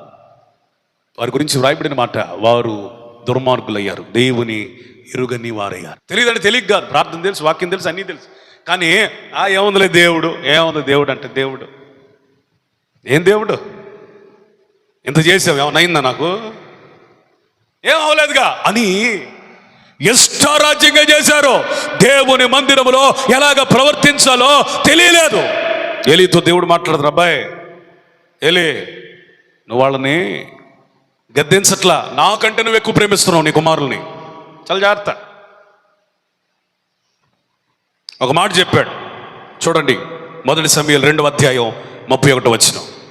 దేవుని సన్నిధిలో ఇష్టారాజ్యంగా ప్రవర్తించి సత్ప్రవర్తన లేకుండా భక్తిని పాడు చేసి ఇతరులు పాడు చేసి వాళ్ళకు వచ్చే శిక్ష చూడండి. 1 శామ్యూయల్ చాప్టర్ 2 వర్స్ 31. 1 సమూయేలు 2:31. ఆలకించుము, రాగల దినములలో నీ బలమును నీ పితరుని ఇంటి బలమును నేను తక్కువ చేతును. గట్టిగా, నీ బలమును చెప్పు. నీ పితరుల బలమును, నీ పితరుల బలమును నేను తక్కువ చేస్తాను. నీ ఇంట ముసలివాడు ఒకడును లేకపోవును. ముసలివాడు ఒక్కడు కూడా ఉండడు. ఏలే పెట్టినావా నా సన్నిధిలో, నా మందిరంలో, నా ఇంటిలో, నా షిలోహులో అనేక ప్రజలు వచ్చి ఆరాధించే ఈ పరిశుద్ధ స్థలములో ఎలా పడితే అలా ప్రవర్తిస్తున్నారు. నువ్వు నీ పిల్లలు, మీ బలమును నేను తక్కువ చేయబోతున్నాను. నీ వంశంలో ముసలోడయ్యేదాకా బతికేవాడు ఎవడు ఉండడు. వాళ్ళ ఆయుష్ తగ్గించేస్తున్నాను, బలమును తగ్గించేస్తున్నాను, అభిషేకం తీసివేస్తున్నాను, నీ పిల్లలను మరణానికి అప్పగిస్తున్నాను అన్నాడు. దైవ భయం మనకి కలుగునుగాక. ఆమేన్, ఆమేన్. నువ్వు ఎట్లా పడితే అట్లా ప్రవర్తిస్తే నన్ను అడిగేది ఊళ్ళే అని అనుకోవద్దు. దేవుని మందిరానికి వచ్చి ఇష్టానుసారంగా బ్రతికితే నన్నెవడు అడిగేది అనుకోవద్దు. దేవుని దీర్ఘశాంతం చాలా గొప్పదే.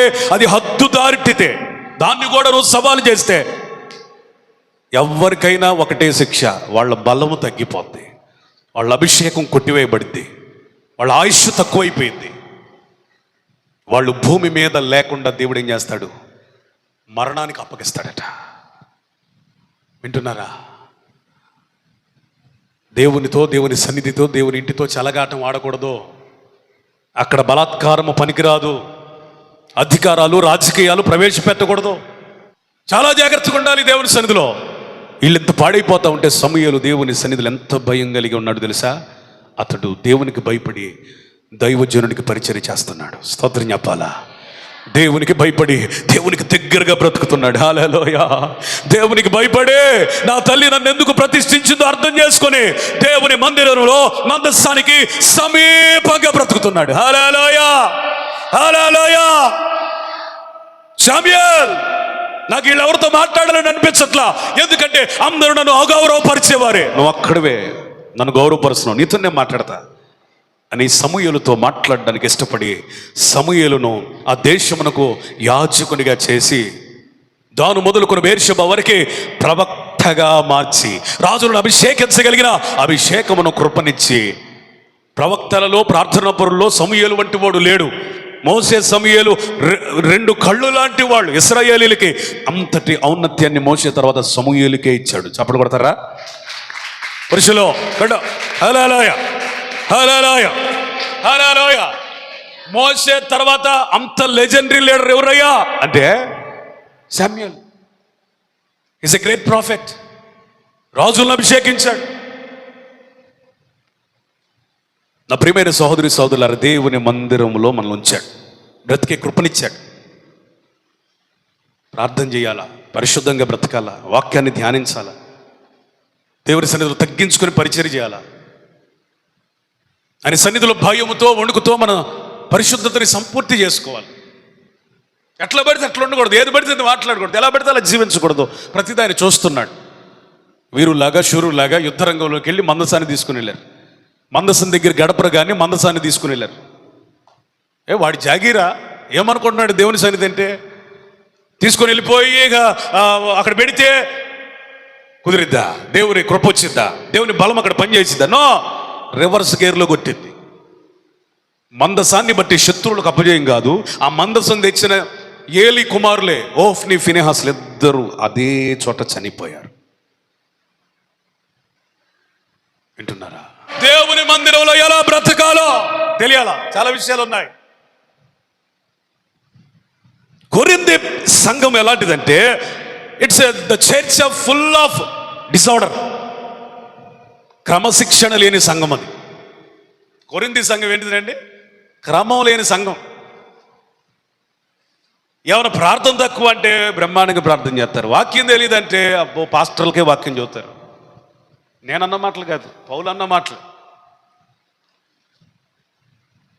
దేవుని మందిరం, దాని క్రమాలు, పరిచయ విధానం తెలియదంటే అసలు దాంట్లో తిరుగులేని విశ్వాసులు. ఏమైనా ఆత్మ నడిపింపు లేదంటే అబ్బో ఆత్మవరాలు కలిగిన వాళ్ళు ఆ సంఘంలో ఉన్నట్టుగా ఏ సంఘంలో ఉన్నారు? బో అంత గొప్ప సంఘం అది. కానీ ఏమి లేదు, క్రమం లేదు, ఆర్డర్ను కోల్పోయింది సంఘం. దేవుని వాక్యం సెలవిస్తుంది, మీరేమి చేసిననో క్రమముగా మర్యాదగా జరిగించాలి సంఘంలో. స్తోత్రం చెప్పాలి. Praise the lord. క్రమము లేనిది ఏదైనా అది అక్రమమే. వింటున్నారా? క్రమము లేనిది ఏదైనా అక్రమమే. వివరించను కానీ జస్ట్ మీకు చూపిస్తా. ఏంటంటే వాళ్ళు what are the disorders in the church of Corinthian city. కొరింథీ పట్టణంలో ఉన్న సంఘంలో ఉన్న డిసార్డర్స్, క్రమశిక్షణ రాహిత్యం ఏంటి? నెంబర్ 1, 1వ అధ్యాయం 10వ వచనం, డివిజన్స్, విభేదాలు. చదవండి సహోదరులారా, మీరందరూ ఏకభావముతో మాట్లాడవలెననియు, మీలో కక్షలు లేక ఏక మనసుతోనూ ఏక తాత్పర్యముతోనూ మీరు సన్నద్ధులై ఉండవలెననియు మన ప్రభు అయిన యేసుక్రీస్తు పేరట మిమ్మల్ని వేడుకొనుచున్నాను. చూస్తున్నారా నాయనా, మీకు ఇన్ని వరాలు ఉన్నాయి, ఇన్ని తలాంతులు ఉన్నాయి, కానీ మీకు ఏక మనసు లేదు నాయనా. ఏక భావం లేదయ్యా, ఏక తాత్పర్యం లేదయ్యా, కక్షలు బాలేదయ్యా, విభేదాలు బాలేదయ్యా. నీ కొరకు రక్తం కార్చిన యేసయ్య విభేదాల కొరకు కాదు, ఆ రక్తం కింద ఏక మనసు కొరకు రావాలి. స్తోత్రం. మన కొరకు కార్చబడిన రక్తం ఒకటే, మనం ధ్యానిస్తున్న వాక్యం ఒకటే, మనం పొందుకున్న ఆత్మ ఒకటే, రేపు మప్పు మనం వెళ్ళే పరలోకం కూడా ఒకటే. ఆమేన్ చెబుతారా? ఆమేన్ చెబుతారు గట్టిగా? ఆమేన్ చెబుతారు గట్టిగా? ఒకటే రాజ్యం. స్తోత్రం చెప్పండి. మరి ఎందుకు ఇక్కడ తగులు? వాళ్ళ పిల్లకి 3 లక్షలు ఖర్చు చేశాడు, 5. ఇది కూడా ఒక రకమైన కక్షే. ఇప్పుడు ఆడి మీద కక్ష పెంచుకుంటే నీకు 2 లక్షలు నష్టమైంది, కానీ వచ్చింది ఏమన్నా 1 లక్ష. మొన్న వాళ్ళ ఫంక్షన్లో గారెలు వేసారు, స్వీట్లు వేసారు. ఈసారి మేము ఇంకోటి 3వది కూడా వేస్తాం. ఏంటి బాబాయ్ అదంటే నేను చెప్పను. కక్షలు, పోటీతత్వం. ఆడంత ఇల్లు కట్టాడు, నేనంత కట్టాలి కట్టో. ఇంకోటి పైన ఈ మధ్య ఆడు కారు కొన్నాడు, నేను కొనపోతట కొను. అన్నిటికీ పోటీయే. కక్షలో కొంతమంది కక్షలు ఎట్లా తీర్చుకుంటారంటే వస్తువులు కొని, చెప్పండి, వాహనాలు కొని, ఇల్లు కట్టి కక్షలు తీర్చుకుంటారు. ఈ కక్షలు మనకెందుకు? ఎవరైనా దీవించబడతా ఉంటే వాళ్ళని బ్లెస్ చేయండి, స్తోత్రం చెప్పండి. ఎవరైనా పిల్లలు బాగుపడుతూ ఉంటే వాళ్ళ నిమిత్తమై దేవునికి స్తోత్రాలు చెప్పండి. ఇతరులు ఆశీర్వదించబడితే ప్రభువా వారి వలె నన్ను కూడా దీవించిన అడుగో. అసూయ, కక్షలు, కార్పణ్యాలు, పోటీతత్వం, ఒకళ్ళంటే ఒకళ్ళు గెట్టదు. పైకి అందులో వందనాలక్క, వందనాలు అనయ్య, వందనాలు చెల్లె, మాయ్ అందులో మనసులో ఇది మొన్నేముందో తెలుసా అక్క? చేతులు కలుగుతున్నాయి కానీ ఏం కలవట్లే, మనసులో హృదయాలు, మాటలు, తాత్పర్యాలు కలవట్లే. అది ఉందని నేనేం మాట్లాడలేదు, కానీ పెద్ద పనికిమాల అక్కదే. నీ చెప్పకూడదు కానీ మొన్న ఏం చేసింది తెలుసా? కక్షలు, కార్పణ్యాలు, ఏక మనసు లేకపోవటం. విశ్వాసులది అందరిది ఒకటే మాటగా ఉండునుగాక, ఒకటే బాటగా ఉండునుగాక, ఒకటే భావనగా ఉండునుగాక, ఒకటే ఉపదేశంలోనికి వచ్చుదురుగాక. హల్లెలూయా, హల్లెలూయా, హల్లెలూయా. వింటున్నారా? ఎవడికైనా నష్టం అయితే నువ్వు నవ్వుతున్నావంటే నువ్వు నష్టపోతావు, జాగ్రత్త. ఎవడైనా పడిపోతే ఆడికి అట్టాకే వాళ్ళే అనుకుంటే నువ్వు పడిపోతావు ఒక దినమున. ఎవడైనా శపితమైన పరిస్థితులకు వెళ్తే ఆడి బతికట్టాకే తెల్లారాలే అనుకుంటే ఒక దినమున నువ్వు ఇదైపోతావు. చాలా జాగ్రత్త. మనం ఒకే దేహంలోని అవయవాలం. స్తోత్రం చెప్పండి. హల్లెలూయా. We are all organs in one body. క్రీస్తు అనే సంఘముల అవయవాలం. ఒక అవయవం పాడైతే ఆటోమేటిక్ ఏమైంది? షుగర్ వచ్చింది అనుకో, అది వచ్చినట్టు ఉంటుందా? చెప్పండి. కన్నుకు కొట్టిద్ది, పళ్ళకు కొట్టిద్ది, కాలుకు కొట్టిద్ది, దేహానికి కొట్టిద్ది, కాలేయానికి కొట్టిద్ది, గుండెకి కొట్టిద్ది. వచ్చింది షుగర్గా ఎక్కడో ఒంట్లో. వీటన్నిటితో సంబంధం ఏందని అన్నింటిలో లింకులు ఉన్నాయమ్మా, అన్నిటికీ లింకులు ఉన్నాయి. నీలో కక్ష ఉంది అంటే పక్కన వాళ్ళకు కూడా అది అంటువ్యాధిలాగా వ్యాపించింది. ప్రేమ ఉంటే ప్రేమ వ్యాపించింది. స్తోత్రం చెప్పండి. Praise the lord. క్షమించే మనసు ప్రభు మనకిచ్చునుగాక, సమాధానపు మనసు మనకు అనుగ్రహించునుగాక, ఏక మనసు, ఏక తాత్పర్యం ప్రభు ఇచ్చునుగాక. స్తోత్రం చెప్పండి. డివిజన్స్, భిన్నాభిప్రాయాలు లేదా భేదాభిప్రాయాలు ఉన్నాయండి. 5వ అధ్యాయం తీయండి, 1వ వచనం. మీలో జారత్వం ఉన్నదని, మీలో జారత్వం ఉన్నదని వదంతి కలదు, వదంతి కలదు. మీలో ఒకడు తన తండ్రి భార్యను ఉంచుకున్నాడట. తండ్రి భార్యను ఉంచుకున్నాడు. అట్టి జారత్వము అన్య జనులోనైనను జరగదు. చూసారా? తండ్రి భార్యను ఉంచుకున్నాడు. తండ్రి భార్య అంటే సొంత తల్లి కాదు, సవతి తల్లి. కొరింది అంత గొప్ప ప్రార్థన, అంత పరిశుద్ధత, అంత అభిషేకం, అన్ని వరాలు ఉన్న సంఘంలో భయంకరమైన జారత్వం, వాయు వరుసలు లేని పాపం. సంఘములో వచ్చే విశ్వాసులతోనే జారత్వం. వింటున్నారా? ప్రతి పాపం శరీరం అవతల జరుగుతుంది, బయట జరుగుతుంది, కానీ వ్యభిచారం ఎక్కడ జరుగుతుంది? లోపల. ఈ దేహాన్ని నీకు ఎందుకు ఇచ్చాడు తెలుసా? ఇది దేవుని ఆత్మ వలన పరిశుద్ధాత్మకు నిలయమై ఉన్నది. స్తోత్రం చెప్పండి.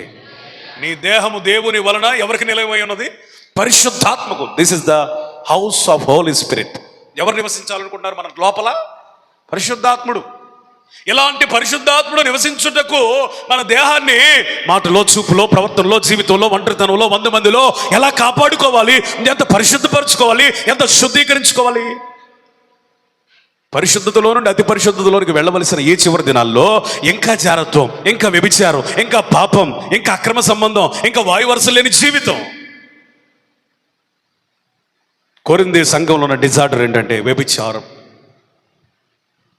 వ్యభిచారం. ఈ దేహం ఎందుకో తెలుసా? దేవుని పరిచర్య చేయటానికి. ఒకప్పుడు పాపాన్ని చేశాం ఈ దేహంతో, ఇప్పుడు దేవుని పని చేద్దాం. ఈ దేహం ఎందుకో తెలుసా? పునరుద్ధానానికి సిద్ధపరచడానికి దేవుడు మనకిచ్చాడు. ఎందుకు ఎవరైతే ఈ దేహాన్ని చక్కగా కాపాడుకుంటారో యేసు ప్రభు ప్రత్యక్షమైన వేళ ఇది మహామహిమతో ఆయన ఉన్నట్టుగానే మారబోతుంది. 1 డివిజన్స్, విభేదాలు. 2 అడల్టరీ, వ్యభిచారం. 3 6వ అధ్యాయం చూడండి. 1వ వచనం చదవండి.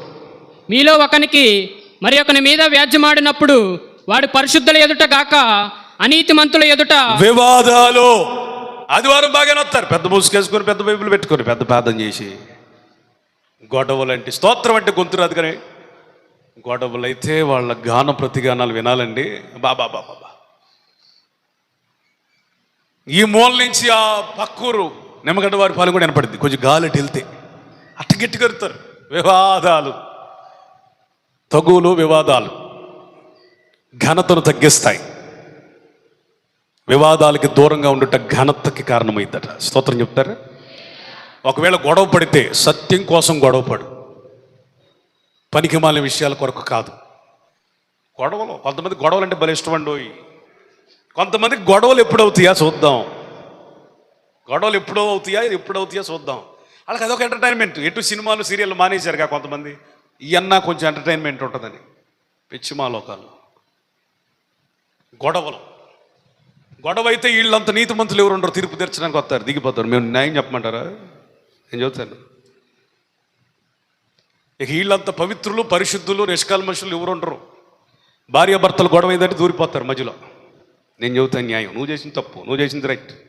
పెట్టినాడు పెద్ద రైడు తీర్పులు ఎత్తా ఉంటారు కొంతమంది, పనికి మాలిన తీర్పు. రేపు ఫూల్ అయ్యేది ఎవరు? భార్యాభర్తల మధ్య దూరితే చెప్పరే. 3వ రోజు వాళ్ళు కలిసిపోతారు, బాగానే ఉంటారు. ఏమండి అక్క ఏమందో తెలుసా? చెప్పొద్దు మళ్ళీ. అన్న ఏమన్నాడు తెలుసా? చెప్పొద్దు మళ్ళీ. తీర్పు తీర్చేటప్పుడు చివరికి ఎవరు ఫూల్ అయ్యారో చెప్పరేంటండి. అంత సరదాగా ఉందా? గొడవ పెట్టుకోవద్దు పనికి మాలిన విషయాల కొరకు. ఒకవేళ అసలు గొడవ పెట్టుకోవాల్సి వస్తే నువ్వు ఎట్లా ఉండాలి? యేసయ్య చెప్పాడు, ఎవడైనా ఇది నా అంగే ఇచ్చేయి అంటే నీ ఒంటి మీద అంగీని తీసుకొని ఇచ్చేయి, అంతేగాని గొడవ పడద్దు. నీ అంగీ కంటే, నీ వస్త్రం కంటే సమాధానమే ముఖ్యం. స్తోత్రం చెప్పాలా? Praise the lord. హల్లెలూయా. ఒక అడుగు కలిసింది, దానికి గొడవ ఎందుకు ఇచ్చేయి? అడుగుకే పరలోకం పోతావా? పరలోకం పోయిద్దా? ఒక అడుగు కలిస్తే గొడవలో, పొరపాటున ఏదైనా జరిగితే అడుగు కలుపుకుంటే గొడవలో, పోయింది అడిగేగా, వచ్చింది సమాధానం. స్తోత్రం. Praise the lord. హల్లెలూయా. మా నాన్న ఇప్పుడు చెబుతూ ఉంటాడు, మంచోడిని రూపాయి పెట్టి కొనుక్కో, చెడ్డోడిని 10 రూపాయలు వదిలించుకో. డబ్బులు పోయినా పర్వాలొద్దు, వివాదాలు వద్దు మనకి. స్తోత్రం చెప్తారు గట్టిగా. వివాదాలు ఉన్నాయట. వివాదాలు 11వ వచనం, 11వ అధ్యాయం.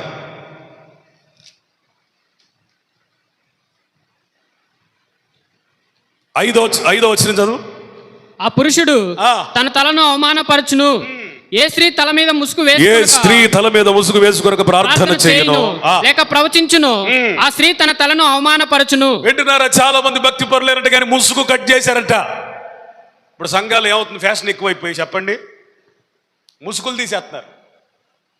ఆడవాళ్ళు ఏం చేస్తున్నారు? పాస్టర్ములో, మీరు మంచోళ్ళే, టీవీలో కనపడే పాస్టర్ములో, యూట్యూబ్లో కనపడే పాస్టర్ములో ముసుగులు తీసేసి వాక్యం చాలా దంచి కొడుతున్నారు.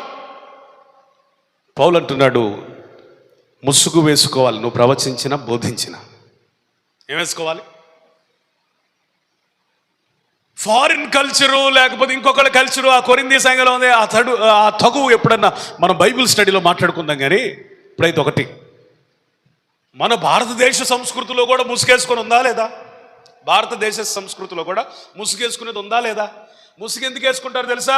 It's a sign of respect, గౌరవం. మీరు మార్వాడీస్ని చూశారనుకోండి, వాళ్ళు రోడ్ల మీద వెళ్ళేటప్పుడు కూడా ముసుగేసుకొని వెళ్తారు, శరీరం అంతా కప్పుకొని వెళ్తారు. వాళ్ళ సంస్కృతి అది, భారతదేశ సంస్కృతి. ఒక పురుషుని ఎవరైనా కనపడ్డారు వెంటనే ఏం వేసుకుంటారు చెప్పరా? ముసుగేసుకుంటారు.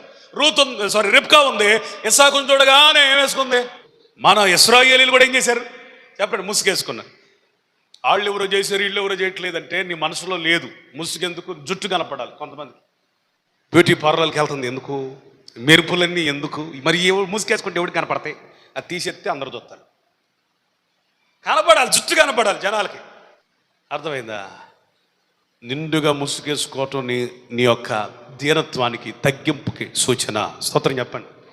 సండే స్కూల్ టైంలోంచి మీరు నేర్చుకోవాలి. వింటున్నారా పిల్లలు? నిండుగా ముసుగేసుకోవటం అనేది ఆడపిల్లలకి సండే స్కూల్ టైం నుంచి నేర్పించబడాలి. దేవుని సన్నిధిలో ఇచ్చే గౌరవానికి సాదృశ్యం ఇది. సరే, ముందుకెళ్దాం. 12వ అధ్యాయం వివరించి చెప్పలేనులో, నేను చదివించే టైం కూడా లేదు. కానీ ఆత్మవరాలను గురించిన అతిశయం ఏంటి చెప్పండి? ఆత్మవరాలు. సంఘం అంత బాగా ఉంది కానీ ఏముందట? ఆత్మవరాలు. అబ్బాయి నేను భాషల్లో మాట్లాడతా, ఏమనుకున్నావా? విజయడా నువ్వు భాషలో, నేను దానికి అర్థాలు చెబుతా. అన్నిటికంటే ప్రవచన వరం గొప్పది. నేను ప్రవచిస్తా, నేను వాక్యం బాగా చెబుతా, నేను పాట బాగా పాడతా. సంఘం అంతా వరములను గూర్చిన అతిశయం. పౌలు చెప్తున్నాడు, అతిశయించేవాడు క్రీస్తునందే అతిశయించాలి. స్తోత్రం చెప్పండి. వరములను బట్టి కాదు. హల్లెలూయా. ఒకరోజు అపోస్తలులు పరిగెత్తుకుంటూ వచ్చారు యేసయ్య దగ్గరికి. ఎట్లా వచ్చారు? ఏమిరా నాయన పేతురు అంత పరిగెత్తుకొని వస్తున్నావు, అలసటగా ఉండి మాట్లాడుతున్నావు అంటే, అయ్యా అయ్యా అయ్యా అయ్యా దెయ్యాలు మాకు లోపడుతున్నాయి, యేసు నామమున పడిపోయారు అనగానే యేసయ్య కూల్గా ఏమన్నాడు తెలుసా?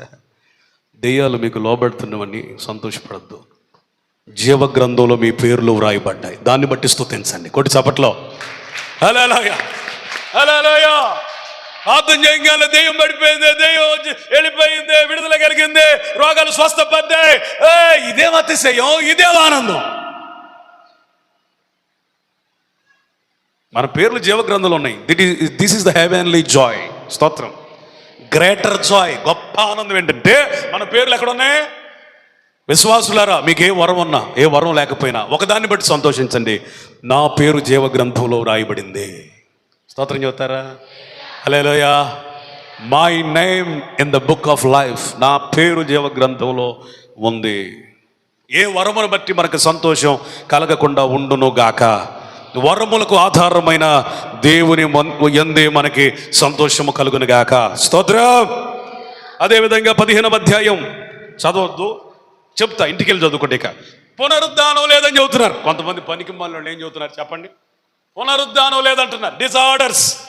చూడండి అంత వాక్యం విని పునరుద్ధానం లేదంటున్నారు. మనం ఆరాధిస్తున్న దేవుడు సిలువ వేయబడిన వాడు మాత్రమే కాదు, 3వ దినమున లేచి 500 మంది కంటే అధికమైన సహోదరులకు కనబడి మహామహిమతో సహోదరులందరూ చూస్తుండగా వెళ్ళి నేను ఇదే విధంగా మళ్ళీ వస్తానని పరిశుద్ధాత్మ మనకు ఆదరణకర్తగా సంచి కరువుగా ఇచ్చి మళ్ళీ వస్తానన్న దేవుడు. స్తోత్ర. వస్తాడా రాడా? చెప్పాలి గట్టిగా. యేసు ప్రభు త్వరగా రాబోతున్నాడు. హల్లెలూయా. ప్రపంచంలోనే అత్యధికమైన ఐక్యూ కలిగిన వ్యక్తి, ఐన్స్టీన్ కంటే అత్యధికమైన మేధస్సు కలిగిన వ్యక్తి ఈ మధ్యకాలంలో ఒక స్టేట్మెంట్ ఇచ్చాడు. అదేంటో తెలుసా? అంటే ఆయన ఏదో నేను గొప్ప చేయాలని, ఆ స్టేట్మెంటే గొప్పదని నేను కాదు, ఊరినే చెప్తున్నా. దేవుని నమ్మని వాళ్ళకు కూడా బైబిల్ చదివినప్పుడు ఏమర్థం అవుతుందంటే, యేసు ప్రభు ఒకవేళ వస్తే ఈ తరములోనే రావచ్చేమో అని చెప్తున్నాడు ఆయన. ఏ తరంలో? ఈ తరములోనే. ఆయన ప్రబోధకుడు కాదు, మతబోధకుడు కాదు, లోతైన క్రిస్టియన్ కాదు. కాకపోతే ఆయనకున్న మేధస్సు, చదివిన విషయాలని ఒకదానితోటి జోడించి ఆయన తెలుసుకున్న సత్యాన్ని బట్టి ఆయన చెప్తున్న మాట ఏంటంటే, ఈ తరంలోనే యేసయ్య రావచ్చేమో. సరే, ఆయన సంగతి పక్కన పెడితే ఒక మాట అయితే చెప్తా. ఆది అపోస్తలులు, ఆదిమ సంఘం ఎలాంటి భక్తి చేసిందంటే, ఈ తరంలోనే యేసయ్య వస్తాడేమన్నట్టుగా భక్తి చేసింది. స్తోత్రం చెప్పండి గట్టిగా. మనము కూడా ఈ తరములోనే యేసయ్య వస్తాడని భక్తి చేయాలి. హల్లెలూయా. ఒకవేళ ఆయన రాకడ ఆలస్యమైనా మనం పోక తప్పదుగా. ఎన్ని సంవత్సరాలు బతుకుతామని రూల్ ఉందా? లేదుగా. ప్రతిరోజు ఏ రోజుకి ఆ రోజు, ఈ రోజు చివరి రోజు అని బ్రతుకుదాం, సిద్ధపడదాం, మరికొందరిని సిద్ధపడదాం. దేవునికి స్తోత్రం. హల్లెలూయా. ఇన్ని అవలక్షణాలు, ఇన్ని డిజార్డర్స్, క్రమశిక్షణ రాహిత్యం వాళ్ళ జీవితంలో ఉంది. కానీ మనం నేర్చుకోవాల్సినటువంటి పాఠం ఏంటంటే మనం అన్ని క్రమముగా జరిగించాలి. 1 కొరింథీ 14:33 ప్రకారం దేవుడు అల్లరికి కర్త కాదు, ఆయన సమాధానానికి అధిపతి. 1 పేతురు 2:5 రాసుకోండి అంతే. మనం సజీవమైన రాళ్ల వలె ఆత్మ సంబంధమైన మందిరముగా కట్టబడాలి. 1 పేతురు 2:5. 2 తిమోతి 2:20. దేవుని ఇంటిలో చాలా పాత్రలు ఉంటాయి, గొప్పవి కానివి. అయితే ఆ పాత్రల వలె కాదు, మన ప్రవర్తన ఎట్లుండాలా? ప్రత్యేకించబడిన పాత్రల వలె ఉండాలి. 2 తిమోతి 2:20. ఈ మాట అయితే చదవండి. 1 పేతురు 4:17. తీర్పు దేవుని ఇంటి యొద్ద ఆరంభమగును, కాలము వచ్చి ఉన్నది. తీర్పు దేవుని ఇంటి యొద్ద నుండే ఆరంభమయ్యే కాలం, చెప్పండి, వచ్చి ఉన్నది. For the time is come that judgment must begin at the house of God. ఎక్కడి నుంచి అంటే తాగుబోతుడికి కాదు తీర్పు, వ్యభిచారికి కాదు తీర్పు, అన్యుడికి కాదు తీర్పు, విగ్రహారాధకుడికి కాదు తీర్పు, జారుడికి కాదు, చోరుడికి కాదు తీర్పు. మొదటిగా ఎవరికి రా తీర్పు అంటే దేవుడి ఇంట్లోకి వచ్చినోడికి. ఎవరికి తీర్పు? ఎక్కడి నుంచి మొదలు పెడతాడు దేవుడు? దేవుని ఇంటి నుండే తీర్పు ఆరంభమయ్యే కాలం వచ్చింది. కాబట్టి స్వనీతిని బట్టి గర్వించగా, భయముతో వణుకుతో భక్తి చేయదుముగాక. దేవునికి స్తోత్రం చెప్పండి. దేవుని ఇంటిలో అట మోషే ఎట్లా ఉన్నాడట? చెప్పాలి. మోషే ఎట్లా ఉన్నాడట? నమ్మకమైన వానిగా. నా ఇల్లంతటిలో మోషే ఎవరో? నమ్మకమైన వాడు. హెబ్రీ పత్రికలో వ్రాయబడిందో తెలుసా? ఈయన మోషే కంటే అధిక మహిమకు అర్హుడు. స్తోత్రం చెప్పండి. మోషేయే నమ్మకమైన వాడంటే మోషే పనోడు నమ్మకంగా ఉన్నాడు. ఈయనెవరో? కొడుకు. ఆ స్వాతంత్ర్యాన్ని కూడా వాడుకోకుండా అంతకంటే నమ్మకంగా ఉన్నాడు. స్తోత్రం చెప్పాలి. హల్లెలూయా, హల్లెలూయా. దేవునింట్లో నమ్మకంగా బ్రతుకు. దేవుని ఇంటిని పాడు చేసావనుకో, నిన్ను పాడు చేస్తాడు, నీ కుటుంబాన్ని పాడు చేస్తాడు. కబడ్దార్, టేక్ కేర్. దేవుని ఇంటిని ఎవరు పాడు చేయొద్దు. రాజకీయాలు తీసుకురావద్దు, ఇవన్నీ తీసుకురావద్దు. ఇది దేవుని ఇల్లు, పరిశుద్ధపరచాలి, మనం పరిశుద్ధంగా ఉండాలి. యేసయ్య ఈ లోకమునకు వచ్చిన ఒకానొక కారణం ఏంటి తెలుసా? ఆయన మందిరమును శుద్ధీకరించడానికి వచ్చాడు. స్తోత్రం చెప్తారా? హల్లెలూయా. ఒక దినమున దేవుడు దేవాలయానికి వెళ్ళాడు. మరికొద్ది దినములలో సిలువ వేయబోతుండగా యెరూషలేముకు వెళ్ళినప్పుడు అక్కడ ఏం జరుగుతుంది? గోవులు అమ్ముతున్నారు, అవి అమ్ముతున్నారు, ఇవి అమ్ముతున్నారు, రోకలు మారుస్తున్నారు, వ్యాపారం. ప్రార్థన చేసేవాడు ఒక్కడు లేడు. ఆ మందిరంలో ఎవరు లేరు. ప్రార్థన చేసేవాడు ఒక్కడు లేడు. వాక్యం చదివేవాడు ఒక్కడు లేడు. ఆ మందిరాన్ని దేనికి వాడుకుంటున్నారంటే చెప్పండి, రోకలు మార్చుకోవటానికి, గోవులు అమ్ముకోవడానికి. అప్పుడు యేసయ్య విపరీతమైన, ఆయన కోపపడే సందర్భాలు చాలా తక్కువగా ఉన్నాయి. అందులో ఇదొకటి. చాలా భయంకరమైన కోపంతో కొరడా తీసుకొని, రేయ్, నా దేవుని ఇంటిని దొంగల గుహగా మారుస్తారా? ఇది సర్వజనులకు ప్రార్థనా మందిరం అని కొరడా తీసుకొని ఆ బల్లల మీద కొడితే అవన్నీ చల్లా చెదిరైపోతాడు. పరిగెత్తారు. శూన్యంలో ఆకాశాన్ని వేలాడదీసిన దేవుడు ఇప్పుడు కూడా అది క్రమముగానే తిరుగుతుంది. స్తోత్రం చెప్పండి. Praise the lord. ఈ మధ్య దేవుడు కొంచెం దాన్ని స్పీడప్ చేశాడు. భూమిని ఏం చేశాడు? ఎప్పుడైనా మీకు అనిపించిందా రోజులు తొందరగా గడిచిపోతున్నాయి అని? అనిపించిందమ్మా? నాకు కూడా అనిపించింది. నేను అనుకున్నాను భూమి ఏమైనా స్పీడ్గా తిరుగుతుందా ఏంది అని అనేవాడిని పాస్టర్ గారు. రీసెంట్గా నేను చదివిన న్యూస్ ఏంటంటే భూమి తన వేగము కంటే కొంచెం వేగంగా తిరుగుతుంది ఇప్పుడు ప్రజెంట్. తన వేగము కంటే చెప్పండి స్పీడప్ అయింది భూమి. ఎందుకు? కాలము కొంచెమే, కాలము సంకుచితంగా ఉంది. రోజులు త్వరగా అయిపోతున్నాయి. నెలలు ఎప్పుడు జనవరి, ఎప్పుడు ఇది ఆగస్టు, ఎప్పుడు జనవరి, ఎప్పుడు ఆగస్టు అండి. స్పీడ్ అవుతున్నాయి రోజులు. దినములు కొద్దివైపోతున్నాయి. రాకడ త్వరగా వచ్చేస్తుంది. స్తోత్రం చెప్పాలి. ఇప్పుడు మీకు ఉదాహరణ చెప్తా. రైలు లేటుకు వచ్చింది. ఈ లేటును కవర్ చేయడానికి ఈ లోకో పైలట్ ఏం చేస్తాడు చెప్పండి? స్పీడ్ పెంచుతాడు. సగం దూరం బాగానే వస్తాడు, ఆ సగం నుంచి అంచనా వేసుకుంటాడు, వెళ్తానా వెళ్ళలేనా. అప్పటి నుంచి స్పీడ్ పెంచుతాడు. ఇక అప్పుడు ఊపిరి పీల్చుకుంటారు ప్రయాణికులు, అమ్మయ్యా పెంచాడు రాడు స్పీడ్, వెళ్ళిపోతాం 5ంటికల్లా వెళ్ళిపోతాం. రాకడ కూడా అంతే. దేవుడు ఇప్పటికే నేను మేము గురించి చాలా భరించాను రా, ఇప్పుడు స్పీడప్ చేస్తున్నాను, సిద్ధపడండి. స్తోత్రం. సిద్ధపడండి. హల్లెలూయా. సిద్ధపడండి. హల్లెలూయా. సిద్ధపడుదుముగాక. ఇది ఎందుకు? ప్రార్థన చేయటానికి. ఇది ఎందుకు? వాక్యం విని సిద్ధపడడానికి తప్ప రాజకీయాలకు కాదు, వ్యభిచారానికి కాదు, వ్యాపారానికి కాదు, పనికిమాలిన పనులకు కాదు, వివాదాలకు కాదు. This is the holy temple of the god. ఆమేన్. ప్రార్థన చేద్దాం.